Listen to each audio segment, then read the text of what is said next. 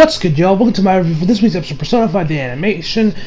First of all, apologies for the delay on this review. It took way longer having. We actually went out to the mall earlier today, and we ended up spending there way longer than we really needed to. I also picked up some shirts from Hot Topic, so expecting a new holiday for that. Well, as school's about to start soon. So yeah, overall, I've really enjoyed this. This was adapted to the Hawaii stuff. It was great to see because there's a lot of cool moments here. We also got some setup for for our next target, which of course we'll then really see Haru finally make her introduction to the show. And there was actually a couple extra scenes that were added that were not in the game for the Hawaii stuff, which was great to see, especially with my girl Kawakami. I'm glad that the anime has not forgotten about Kawakami. That was actually nice to see. That was actually nice to see that there. I'll discuss about that later on. Anyway, so let's be. So we start this off. We get a news report, pretty much just been hey, the family started off with Kamo Shithead. So yeah, that's still lingering along with Shujin Academy and still very fresh in people's minds. Our man Sojiro, tells Akira, hey man, make sure you watch yourself, make sure you don't say anything you regret. Of course, yeah. Alright, so then he heads over to school, where we find out from Kawakami, that they're actually going to be having another school trip, and even though they just came back from summer break, they're immediately going on another trip, this time to Hawaii. Yeah. Make their way to their hideout, where we actually also see that there's actually reporters outside the academy, and even some students say hey, I'm gonna get an interview. So they get to their hideout, where then we see we got Futaba on her laptop, and I was like, oh, Futaba, you got here all by yourself? And then now she was just here. I guess seems like she was dragged here by Yusuke, because he actually left school a little bit earlier, so he ended up fuck it, let me go grab Futaba. And I love that anyone put this in there, because it was cut out before, and I'm glad it's here now. She says, what a patronizing Inari. I'm glad that the Inari line was put back in there. That was great to see. Even though I'm not really I'm not really. There's not really any real shit in Persona 5 that I would say yes, I ship this characters together. I just really love the Inari just because it was just hilarious to watch Futaba and Yusuke interacting. That was always so. I'm glad that anyone did put that back in there. And we also find out that actually Yusuke, he too is also going on a trip, as we know, Yusuke's going to different schools than Akira and the other guys, where he's actually going to heading over to LA, and he goes off about paintings and such. And Futaba's like, I don't care. He's like, okay, so what's today's topic? So they end up trying to figure out who's going to be the next target, but they really can't decide on who the next target is just off the fancy, because the guy in the top running has always been shitting because people are voting around the clock, and of course, because the fan of thieves have been, blown in popularity, so they can't really find one particular guy. So they end up going, okay, we ain't got no leads on anybody in particular that we could do. Then Morgana comes with the idea, why don't we see if Sai has anything that we can get off of her. And Moko's like, I don't know, I can really ask her directly. And Fidel's like, why don't you just extract the data? And she hands her this flash, or is handing her this flash drive that could pretty just bypass through her password and extract her entire hard drive. Just extract the entire hard drive and go through the password like nothing. So she's like, fine, and don't spend much. Now, so then we get to Makoto's place where she's like, no, where Sai's on the computer. She's like, oh, hey, Sai, you can go to the bath first. I got some studying I gotta do. She's like, okay, yeah, I will. Closes her laptop, and Makoto comes in there, puts his flash drive in, and the flash doesn't work. Now, I remember in the game it was a little bit more suspenseful. There wasn't really that much suspension here, because, they go through the scene pretty quickly, and the download's pretty fast, because I remember it was a little bit slower in the game, although that could just be, I might just be misremembering there. But yeah, and we also get I don't even know if I would qualify as first, but anyway, we just see Sai go into the bath. Okay, we don't see her go in the bath. We see a shot of the shower turning on, and then we get kind of her silhouette as we pan up behind the door. Which I was like, does this qualify as fan service? I don't know. And so we end up seeing the guys get to Hawaii. They're like, Hawaii, yeah. And Ryuichi's losing shit. Akira's like, I'm excited too. And the man's not emoting at all, by the way. And even Ryuichi's like, you don't look like it. He's like, but I am. And we just see Akira and the guys take a selfie when they get there. And Makoto's face here is just hilarious. And we were able to find out that actually Futaba actually managed to have like installed an app on Akira's phone to pretty much let her see everything, or at least that she can see everything through the camera. So I don't know if Akira, so if she can see like what Akira's looking like. Imagine the guy's going through his phone. He's on Twitter right now. He has to find some hentai or something on his feed. Well, if Futaba knows that, I don't know. That's just my dude perverted side coming. I'm like, can she see this? Can she see that? But anyway, we're good off topic here. So everyone is like talking like, oh yeah, I can still see Japanese news like on my phone, and like we're still talking to each other even with our phones on. It's like we never lived Japan. It's like we see that joke kind of like repeat another time later on the episode. Anyway, so after we get that, we actually see, probably without doubt, the highlight of the episode. I'm sure we can all agree that this was the highlight. We get some Kawakami fan service. Oh, was this great? Because y'all know I love me Kawakami. You guys know I love Kawakami. In terms of the girls of Persona 5, she ranks as number 2. I just love, because this was not in the game, by the way. This was not in the game. So this was all anime original. I gotta say, thank you, everyone. Thank you for putting this in here and not forgetting Kawakami, because like I said, like they haven't shown much about Kawakami. We did get that little thing with her being a maid, earlier on in the series, so we got that. But ever since then, we really haven't got much of Kawakami. Unfortunately, I was really hoping they might have talked about our confidant, go into a little bit more detail in it, but it looks like we're not. But hey, I'd say everyone was like, you know what? I know we have been slacking on Kawakami for all you, so here's some fan service as an apology.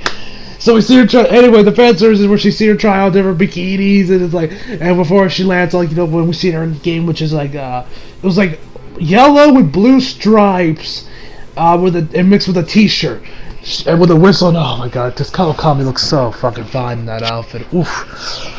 Oh lord. And then Haru said, she's like, oh, man, I'm going a little overboard. She's like, no, I'm not. I'm on vacation too. I need to and she Haru, as she comes into the door, and she's like, Sensei, I wanted to talk about like what I've done. She's like, oh no. She's like, no, what do you need? So that was nice to see. Then we get this quick montage of the rest of the guys, doing it. After we got Ahana and Makoto doing some Honolulu dancing. We got Akira, Ryuiji doing some paragliding or whatever, or whenever you're like, you're like on a parachute, but there's like a boat driving you. I forget what that's called. We actually see Akira is doing some surfing, some scuba diving between Ahana and Makoto.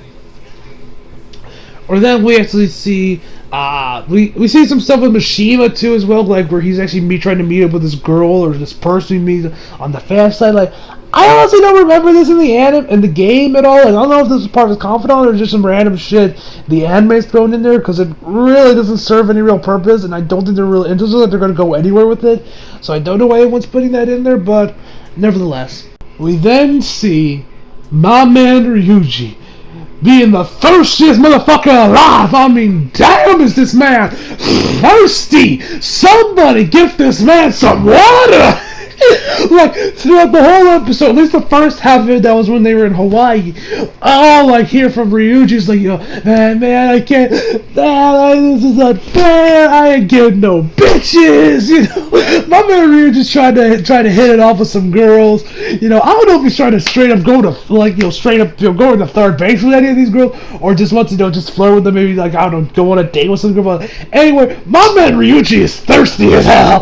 I mean, damn, man, can you get some, Akira, can you get our boy some water, please? Through the episode, he's talking like, man, I need to strike while the iron's high, and it's he ends up using Yusuke, like driving on with Yusuke and using him as a prop. We don't see what he was using, but he was trying to pick up some girls. He failed miserably, it seems like, anyway. And we actually get another moment that actually wasn't in the game. We actually see Hifumi, the shogi player. We see that she's actually, being harassed by these 3 dudes. A man, Akira, comes in there being like, oh, sorry, I'm late, everyone's waiting. Managed to get her out of there, the situation. And so, she's like, oh, thank you for saving my ass there, and then she takes her leave. And our boy Ryuiji comes in there and be like, oh, man, you got her number? Oh, come on, man. Kira, you trying to pick up girls, too? Did you manage to get her number? And he's like, wrong. He's like, oh, why didn't you get her number? I'm like, Mom, Ryuiji, why are you so thirsty, man? Like, Christ! Why are you so thirsty? I get it, you're in Hawaii, you want to live it up in Paya, but man, can you... why do you want to pick up girls that bad? If I was in Hawaii, picking up girls is probably like the last thing on my mind. I'd rather just, swim, enjoy the scenery of Hawaii. Like, I don't want to be like, trying to be like one of those thirsty guys, those really like, always trying to pick up chicks. You know? Oh, man, my man Ryuiji. I love you, man, but Christ, man. Drink some water! Anyway, so we actually get some nice moments between Futaba and Morgana, which I said the voice acting here, spectacular, from Morgana.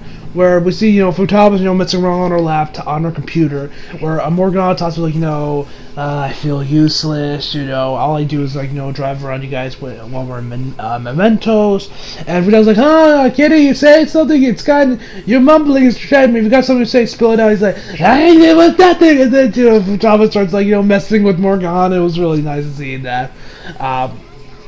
It's like, oh, you feel so nice. I know. He's like, I almost can't believe you're a heel. He's like, He's like, yeah, I know. And now, like I said, this was actually, now, I'll mention this further on, but like I said last week, if you guys remember, as I mentioned last week's review, I talked about how there were like some scenes that were added that were not in the game, and putting scenes in there that were like from On's confidant that would probably lead to A1 trying to have this one moment have a smoother introduction, or have it go out a lot smoother than it did in the game. I still say the anime was still a little jarring, in all honesty, but I say it definitely probably came off a little bit in the anime, and I kind of hope they do explain about the whole Shadow Morgana thing, which I'll explain a little bit later on when we get to that part in the episode. So then we get to see Akira. We get to see Akira and the other, and Akira, Mishima, and actually Ryuji's actually in their room. He talks about how there was like my guy I'm sleeping with. He brought the guy I'm rooming with. He brought his girlfriend. It was awkward as hell, so I left, and I'm gonna be sleeping here. And so, like, okay, whatever. And then An comes in there with the same reason, or actually not the same reason. The girl she was with actually went out with her boyfriend, but An can't get back into the room. She's also sleeping in Akira's room. And so we got Akira, so we got An's on one of the beds. Mishima's downstairs meeting this person they met on the fan side. Akira's sleeping on the couch, and our boy Ryuji's sleeping on the floor. And Ryuji's like, hey, why don't we talk about her love interest? And he tells An to go first, and she's like, the person that usually introduces us usually goes first. And Ryuji's like, nah, come on, Ad, you say something. He's like, nah, come on, man, if you don't say first, we're not going anywhere. It's like, fine, don't love talk. Which, if I had to guess, my man Ryuji's low-key probably has a crush on An. I mean, me personally, like I said, I don't really ship any characters from P5, but that is a popular ship. It's between An and Ryuji, and I would ship that. So, those probably Ryuji trying to die, like, try not to, spill the beans, like, oh yeah, I do have a thing for An. So then we see the principal, and as we can tell, he is actually, has had a mental shutdown. His eyes are rolled back in the back of his head, and the man's not moving. He's just standing at the sidewalk. We see a driver come in there, a truck driver, and actually runs him over. People, because it is a mental shutdown, they're wondering why is his fault? Is it suicide? Because we see Sai. She talks about with Makoto that that it doesn't add up. That could have been anything else but suicide, or that my part wasn't suicide because he went to the police station right before he did it. He took a taxi there, so shit isn't adding up. And it's right before we set up Makoto. So we then get back to Akira, where we see him as he walks back into LeBlanc, and and then Futaba's like, oh, how was Hawaii? And he was like, aloha, and does a little hand sign thing. I don't know what you call this thing, but yeah. And she's like, he has been influenced. So they ended up getting some souvenirs. He gave Sojiro some beads from Hawaii. She gave a keychain to Futaba, and just gave her like those little flower necklace things to Morgana. And so after we see that, they tell it to the school, and people, and Akira Morgan and Akira Ryuji and on, they're kind of worried, like, are people going to play in the Phantom Thieves? So they kind of, like, almost in a way hastily pick their next target in a way to, like, immediately rectify their shit. They're like, oh shit, we need to like, fix this shit right now and steal someone's heart, so we don't lose this kind of like role we're on right now. So they end up picking this guy that's the leader of Okumura Foods, Okumura. I forget how you pronounce his first name. He's also no, I'm not going to reveal that just yet. So because we find the chicks, they figure out he's coming there excited because he has a palace.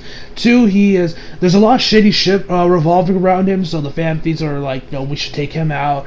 Most people are kind of like, Morgana's and Morgana. I think also Ryuji were also like, yeah, let's do this right now. But Yusuke, Makoto, Odd and Akira, they're all like, I don't know, maybe we should investigate a little more and not hit the brakes a little bit, not just blindly charge in. So then, we end up seeing a little argument, which I gotta say, the voice acting here was great, between Morgana and Ryuji, where he's like, the